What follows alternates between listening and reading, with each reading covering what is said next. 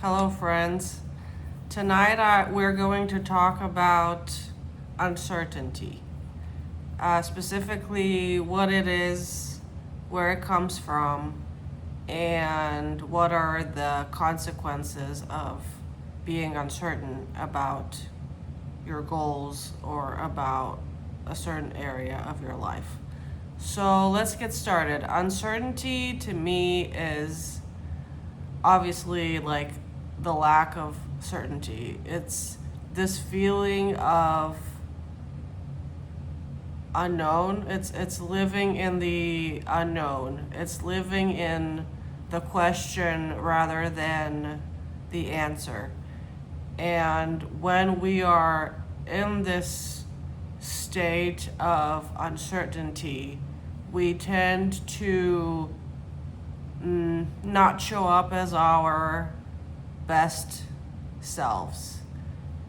There are very few people that can actually shine in the face of like adversity and pressure and not having all of the things that you need to solve the problem. And if you're one of those few, congratulations, you're probably pretty amazing.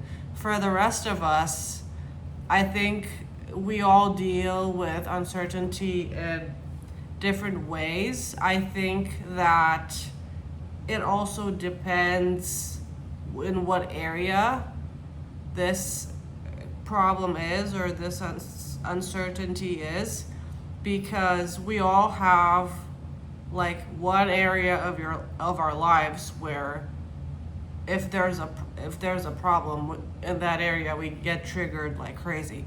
So, for example, a financial snafu might trigger me, or like would definitely trigger me a lot less than like a health thing. Like a health thing would send me over the edge.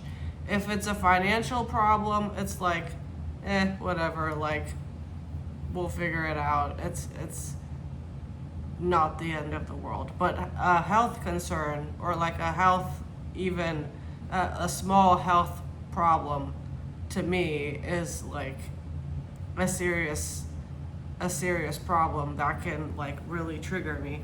And so we deal it with this uncertainty in many different ways because it affects us at various degrees, let's say.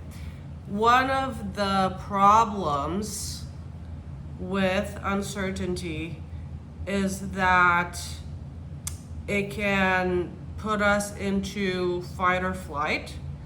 And when we are in survival mode and we don't know what to do, we don't know what's going on, we feel like we're not on solid ground, that can really trigger our nervous system, and that can like lead the whole operation to a screeching halt. Like it can lead us to stop taking action. It can lead us to give up on our goals sometimes. It can lead to some really, really big problems and really big delays. And so uncertainty can block action, and this is what we are trying to avoid. So the next time that you feel uncertain about something in your life, what can you do, or how could you like talk yourself into taking action again? Like how can you talk yourself into like taking the next step in front of you, even if you are unsure of what the outcome is going to be, what's going to happen, what the next step after that is. There's still a lot of unknowns, but what can you do to like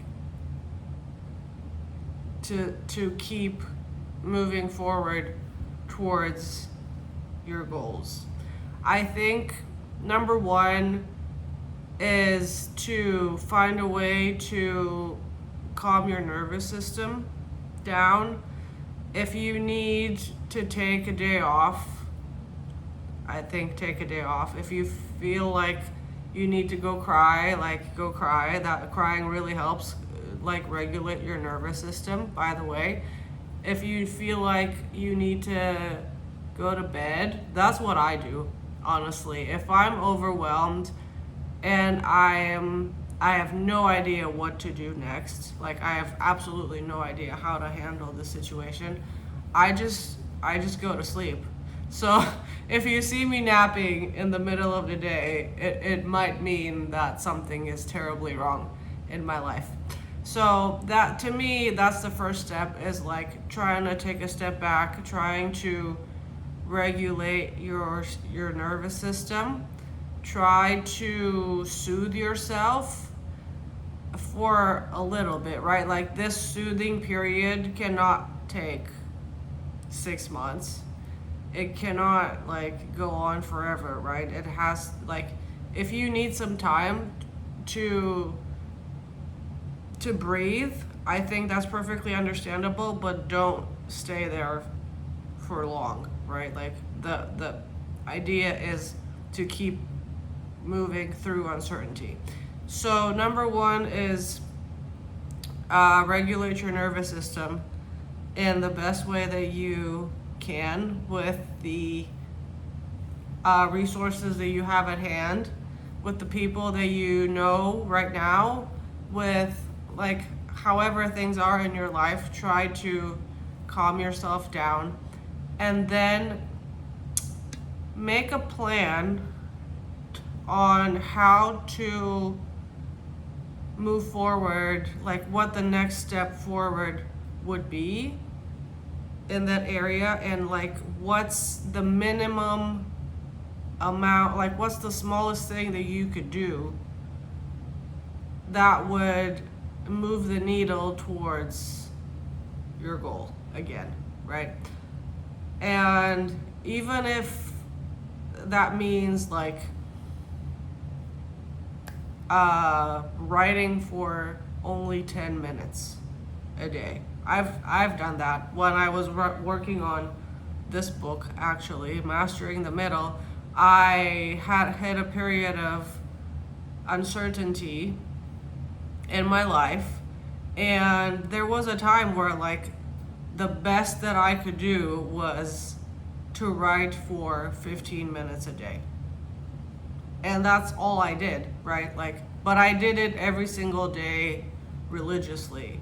And then eventually that period of uncertainty went away, and I started feeling more sure of myself, and then like I started writing for longer periods of time. But if 15 minutes a day is all you can commit to, then that's what we're gonna do. We're just gonna write for 15 minutes a day. And you don't necessarily have to announce it to the world that you're like, oh, I'm overwhelmed, I can only write for 15 minutes a day, right? Like if you want to keep that to yourself, I think that's perfectly fine, and it might actually be advisable for you to not talk about your goals until they are done. That's what I do. Like I don't try not to talk about what I'm working on or what my plans are until it's a done deal. And I think this has helped me a lot, because if there is a crisis, or if there is a period of uncertainty when there's a lot going on and I have to pull back and I have to write for 15 minutes a day, like nobody else would know that this is what I'm doing, and so I can just keep that to myself. I can take action for 15 minutes a day, and over time that'll bring me one step closer towards my goals. And I eventually published the book, and now here it is, and the uncertainty is in the past. And so I think this approach works, but it's just, I think it's more about like dealing with the intense emotions. I think that's what gets people tripped up. Like you've taken the day off, you've regulated your nervous system somewhat, you've made a plan, you're working on it the most that you can, and then like on day 15 something triggers you and you're like emotions are making you self-sabotage again. I think like learning to regulate your emotions is a big part of dealing with uncertainty. And so we can tackle that question in a different video. But I think the best way to, or like the way that I deal with strong emotions is by like, I have certain things that always calm me down and that always take me out of my head and into my body. Like working out is one of those things for me. Like if I'm having a tough day, if I'm feeling anxious, I go to the gym and I do an intense workout, and then like by the time I'm done with that workout, the anxiety is a lot less, let's say. So find out what those things are for you, right? For me, I gave you the example of going to the gym. It's also journaling. I do morning pages every single day religiously, and that also helps. And add things to your daily to-do list that help you regulate your emotions, right? Because you don't want to wait until you're in crisis to start managing your emotions. You want to like take care of it before it escalates to the nth degree. So if there are things that you can do every single day, like I work out, I go to the gym every day, I move my body in some type of way every single day, I write every single day, I journal every single day, I meditate every single day. Like these are all things that are on my daily to-do list, and I do them pretty much all the time, except when I'm like on the off chance that I'm traveling or that I'm on vacation, but that happens, I don't know, twice a year, so it doesn't really count as an exception. So find things that you can do that will keep your emotions at a steady state, and that will definitely help you a lot if you're feeling uncertain, or if you feel like your uncertainty is blocking you from taking action. So anyway, I hope this video helped you.